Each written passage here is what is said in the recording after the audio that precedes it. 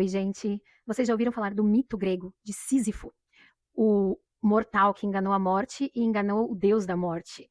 Sísifo, ele prendeu Thanatos, que era a morte, quando ela veio lhe buscar, acorrentou Thanatos, e depois enganou Hades, né, dizendo que precisava voltar à Terra para se vingar da esposa que não tinha prestado as honras, né, funerais que ele precisava. Depois de ter enganado duas divindades, Sísifo foi, enfim, condenado. E a condenação de Sísifo era levar uma pedra gigantesca, subir uma montanha com uma pedra, e quando chegasse lá no topo, a pedra desceria e ele teria que descer atrás da pedra novamente. E isso se repetiria pela eternidade. Então, esse era o castigo de Sísifo, né? Rolar uma pedra até o cume da montanha e depois deixá-la descer e ter que voltar para buscá-la. Uma atividade repetitiva que os gregos odiavam, né? Porque para os gregos, o trabalho braçal, o trabalho repetitivo, ele era das pessoas que não tinham muita relevância, né? Das pessoas que eram consideradas inferiores.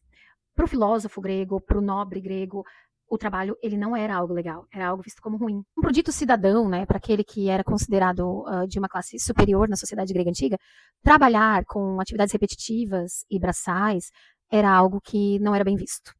Sísifo teve esse castigo justamente porque os seres humanos que não se adequavam às leis, que desafiavam os deuses, só poderiam ter o pior dos castigos, que era a repetição de uma atividade constante. E é interessante de trazer o mito de Sísifo para a gente falar sobre a questão do trabalho hoje em dia. A nossa sociedade se colocou numa constante repetição. A gente falou um pouquinho disso quando falamos do livro A Sociedade do Cansaço.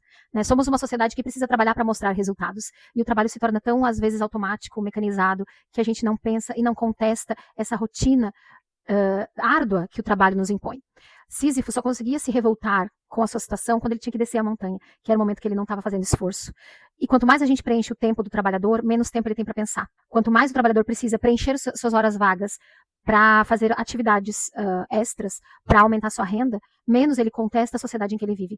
Por isso é importante a gente pensar nessa rotina árdua de trabalho. Feliz aquele que tem tempo para pensar. Feliz aquele que tem tempo para olhar ao seu redor, para contemplar ao seu redor, para poder refletir sobre a sociedade.